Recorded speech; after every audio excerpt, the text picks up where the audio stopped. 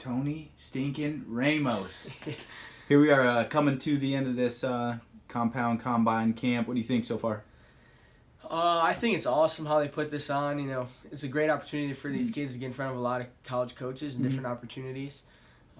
And it's the way they kind of set it up, you know, with technique and some live wrestling. It really gives the coaches a different perspective to look at guys. You know, how they are as a driller, how they are as a listener, how hard they wrestle, just little things like that. Yeah. What do you like about it? And then what is there anything that you would tweak, you would change for what you're looking at? I know there's all different levels of wrestling. Yeah. And might be different what a D2, D3 guy's looking for, but what do you think? I like how they have it set up for technique and, you know, live wrestling. One thing I might tweak is maybe one day just focus all technique, and then day two maybe do like real hard practices, kind of see how these guys are when they're under distress for a long time. More of the live wrestling sessions are, you know, shorter live or 30, 40 minutes. One thing that interests me is you can really find out a lot about a guy when he's, you know, exhausted, tired, you know, had a long, hard day, and, you know, how's he responding at the end? Is he just put his head down, or does he kind of try and figure out a way to push through it? Gotcha. Is there anybody in there that you maybe didn't know before, and you're like, you have an eye on them now? I would say yes. I mean, every time I come down to the state of Georgia, you know, there's always 2 or 3 guys that catch your eye. Yeah. The state's getting a lot better. It's becoming a recruiting hotbed. If you look at, you know, some of their classes that they have in the rankings, you know, there's kids in and out of top 10, top 20, top 30 all the time. Why do you think Georgia's getting tougher? You gotta give the credit to guys like Roper and Fretwell who came down here and took a chance and started these clubs, and, you know, people started buying into their systems. And now you're seeing the benefits of those young kids who bought in from an early age. Now they're, you know, getting into high school and starting to get into college. You know, we had a guy, Chip Ness, who I think was maybe, you know, one of the just scratching the surface of how good the Georgia kids could be. And now we're really starting to see them, you know, in clusters and groups really coming through, and, you know, the state's making a push. Nice.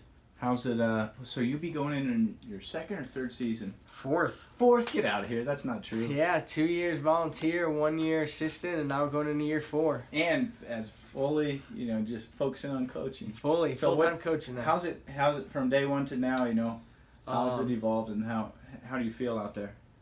Man, it's been learning every single day. The staff I went into, we were very young. We had a lot of accolades, a lot of experience in what we've done. So we kind of understood how to do things, you know, our ways. Now we're doing a better job of relating to kids and understand that everyone might not be us, and, you know, there's different ways to do things, responding to these kids, you know. I think we relate to them really well because we are young and we have a pretty good idea of what it was like when we went through college, and the, you know, the daily struggle and grind you go through, because it wasn't that far ago when we were there. You know, I'm only been out of college in maybe 5-6 years now. That was like it was yesterday, some of those problems that they're running into. So we really relate well to the kids, and, you know, now we're starting to get a structure down, a system down, and we got the kids in here who are in our system. You know, a guy like Austin O'Connor came in as a freshman, took 3rd, should start the season ranked 1, put himself in great position to win national title. You know, we're going to be here for a while, and we're going to keep pushing up.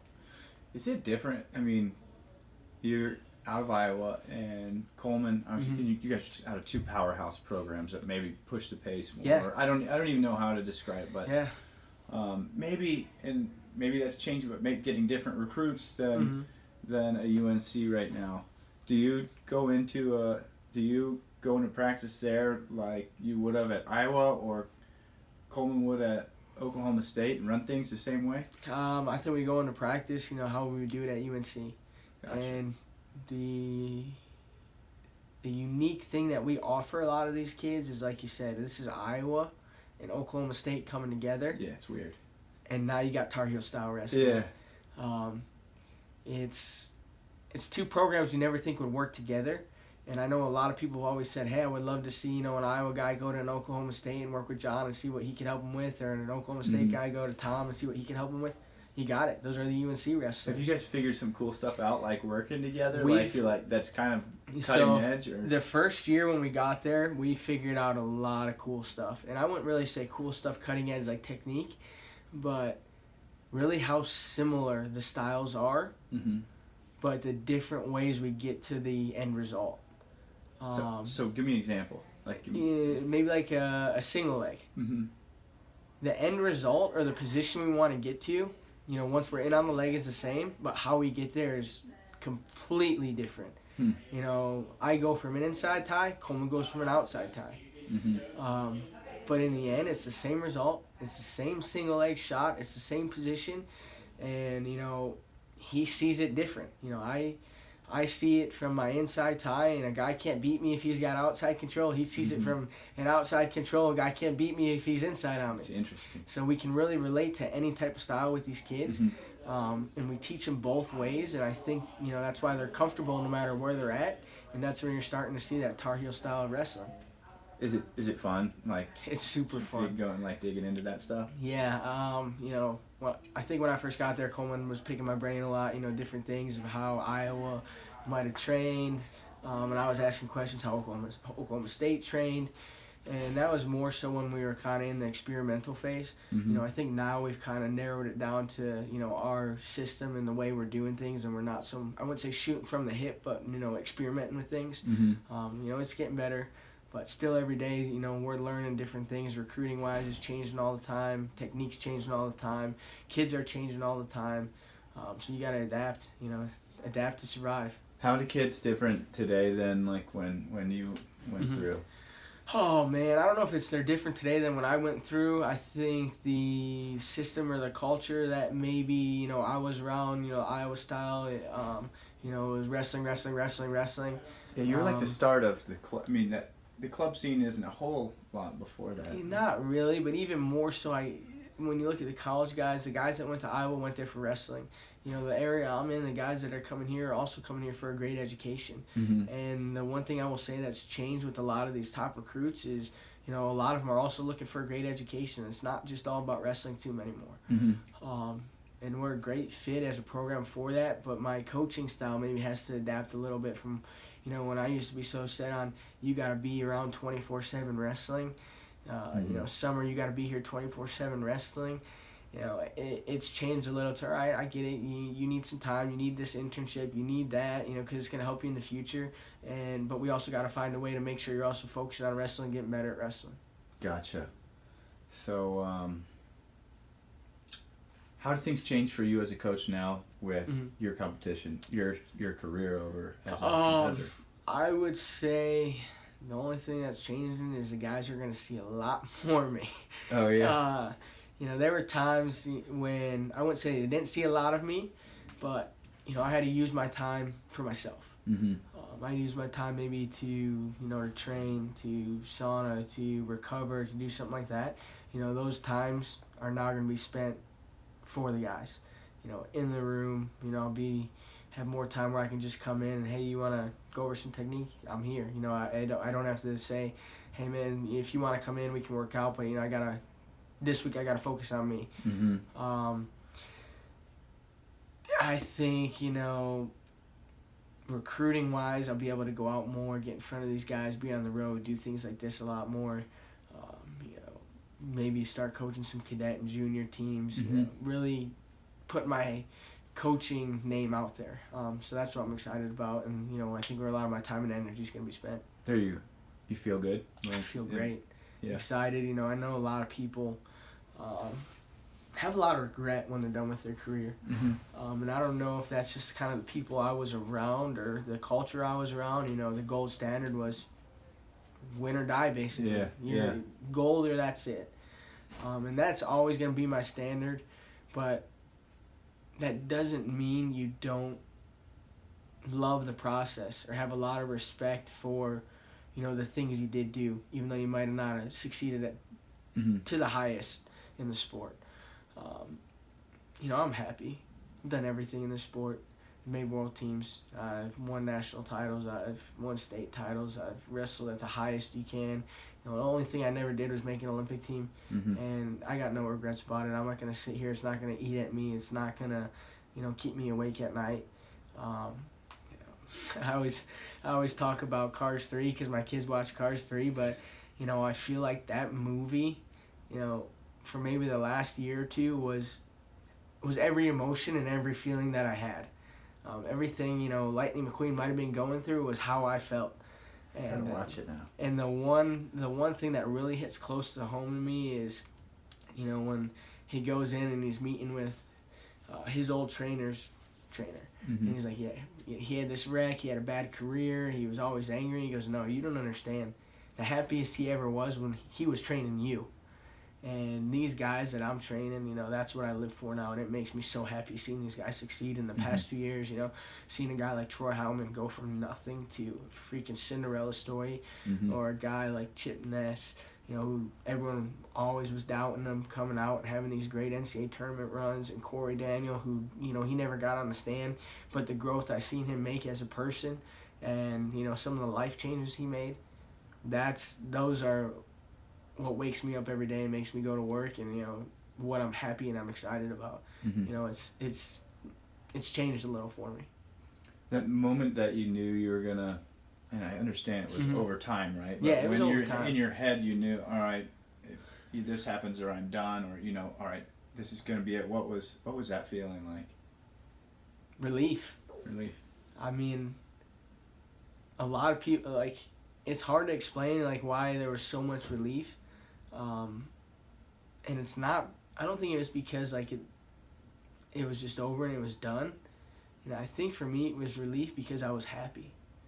I went out happy. I went out, on my terms. I went out with no regret in the sport. I knew I gave, I put the time in, the effort in, and I gave as much as I could to the sport as an athlete. And it was just time to move on to the next phase of the sport. And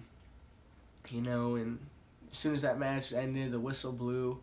I lay there for a second or two, and I was thinking, should I wrestle back through and then retire when it's over, or do it now? And that was a 30-second moment. I was like, yeah, I ain't wrestling back through.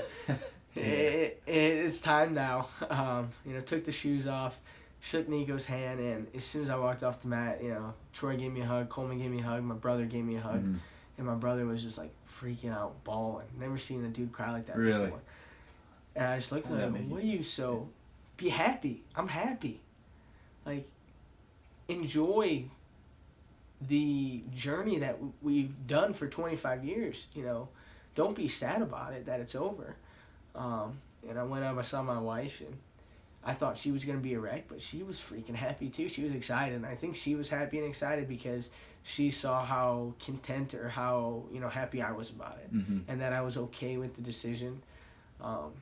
And it was something that I tried talking to a couple people before the tournament to kind of prepare them, just hey, I don't plan on losing, but if for some reason I do, just letting you know this is going to be it, and I want you to be prepared for this moment. One of them was my dad who couldn't make it out, and I wanted him to be there for it. So I tried telling him, hey, this could be it, and he just kept telling me, I'll see you in Lincoln. And that was my mindset too, is I was going to be wrestling in Lincoln. But I always knew there could be that chance that this might be the last match. It might be the last time I step on the mat. And I wanted people to be prepared for it, and I wanted myself to be prepared for it. Had to be really interesting, tough, whatever, for those people, because I think about now, it's everybody, you're part of every wrestling fan's life. Yeah. Major player, all these storylines. Am I going to be excited if Tony Ramos is wrestling? Yeah, and that's a lot of people. So, yeah, and maybe it affects people more than just anybody, I think it affected a lot more people in an emotional way than it affected me. Because, when I made the decision that this was the last year, I had come to terms with, my whole career, everything. I was happy, I was satisfied. Just so when that moment did end, it wasn't something where I was going to be an emotional wreck and upset about. And when I look at it from my parents' point of view, is my whole family wrestled, my brother, my dad, everyone. I was the last one. There's no more wrestling now. Right now, there's not a Ramos in our family who competes wrestling. It's done. It's over with. And I know they're hoping my boys do. I got the only 2 boys. But today, there's not someone getting ready to wrestle for a tournament. There's not. Next year's, there's going to be someone wrestling that season. It's done. Wrestling is done in our family other than from a coaching aspect. So I see how tough it is for them. Feels funny. And then from a fan's perspective, you know, the Iowa fans, anyone, like you said, I created a lot of memories that people can hang on to forever. And I think they were hoping like maybe there might be one or two more I could create for them. It's done. It's over. Now all you got to do is remember, you know, back in the day, stories. Yeah. Well, that's kind of fine because then they can adjust a little bit. The stories can. So, what's like your most exciting, one of your favorite moments, and then one of your toughest ones in wrestling? It's always going to come back to something with my family. You know, the NCAA title was awesome, but there's nothing better than when I jumped into the stands and, you know, my brother, my wife, my mom, everyone was right there and celebrating with them. Another one would be when me and Vince won state titles together, and he ran off the mat, freaking picked me up, gave me a big hug, and we did it together. That was the only time we ever did, you know, one at the highest level together. And then I remember first year I made the world team. First thing I did is as soon as I walked off the mat, I called my wife, who was at our wedding shower because I wasn't even supposed to wrestle that year. I wasn't planning on it. And I was like, hey, we freaking did it. Oh, man. And I was emotional, crying, and you know, it was really cool. And she was excited about it. I don't even know if she was able to watch the matches because she was in the middle of our wedding shower. And that was the first person I called. I said, we did it. You know, you better pack your bags. We're going to Uzbekistan. You know, the ones that are going to hurt the most are, again, probably things with family. You know, after the Stever match when I lost, or after the first year when I did All-American, you know, going up, seeing your family, you know, if they're hurting, you're hurting. Those are always going to stick with you forever. So. When did you start wrestling? 3 years old. Been a long time, 25 years. Your body doesn't know any different. Doesn't know any different, and it hurts all the time now. Yeah. Well, when did you start wrestling with Izzy? So, I started wrestling because my older brother Frankie wrestled. My mom wanted Frankie, me, and Vince all to be on a kids club team together at least 1 year. He was getting ready to go into high school, and the only way I could do it is if I started when I was 3. Yeah. I was 3, I think Vince was 5, and Frankie was getting ready to go into high school. The coaches said that I could wrestle if my dad ran the kids club room. So I started with my dad as my coach, you know, and didn't know anything else. I started working out with Izzy in 7th grade. You know, went up to Izzy came back from college. You know, this is when he got in trouble at Iowa, got sent back home. Came back, I was wrestling for his dad.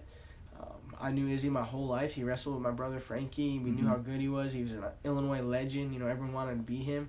And I think Izzy found a guy in the room that related to him and that he could be like, hey, you know, this kid's going to go finish what I started and didn't have a chance to finish at Iowa. And we kind of latched on to each other and went from there. That's awesome. How's your perspective, like, on what wrestling has changed? Is it the same now as, like whenever since I got to know you, it's not exactly what I thought when I saw you wrestling at Iowa and even at Glenbard North, and like you're just a little bit different than I thought. And is this just a character, or how you are in competition, or is it exactly the same? You know,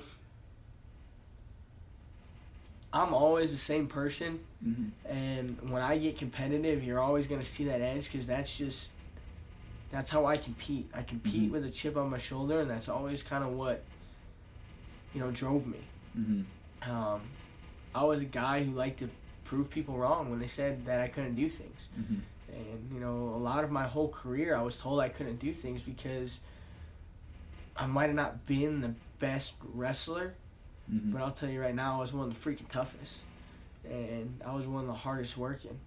And I think that's where sometimes, you know, these kids nowadays, they struggle with, well, I'm the best wrestler, I work the hardest. No. Just because you're the best doesn't mean you work the hardest. There's someone out there who might not have the same skills you have and have the same credentials, but I'm telling you right now, they're working harder than you. And they're going to catch you one day. And Izzy kind of really instilled, you know, that my work ethic and my attitude, and, you know, I think he played a key role of really, you know, creating that chip, just the way he kind of molded me and talked to me and, you know, trained me. But when it comes down to stepping away from wrestling and being a person, that's not going to carry over. I'm not going to be a dick like everyone thinks I am. You know, I can socialize. I understand things. I have a heart, you know. I have kids, and I'm not going to just go and beat them up all the time and be this mean person. You know, I know how to go out and, you know, be a good person also. Nice. What's your advice for an 8-year-old that starts wrestling? Oh, man. Have fun. Have fun. Don't get caught in the trying to be the best guy now. You know, enjoy it. Learn a bunch of techniques. You know, have fun with the sport. Set yourself up to be the best guy when it matters. Mm-hmm. Don't be the best guy who's going and winning all the freaking national titles now who burns out in the end. Mm-hmm. You know, have fun with it. Awesome. Thanks, Tony. I appreciate it. You're the man. Thanks. Really appreciate watching you wrestle over the years. I'm a little bit sad too, but yeah. Pumped that you're excited for moving forward and happy and all that. So, you got anything else for us? Nope, just go Heels.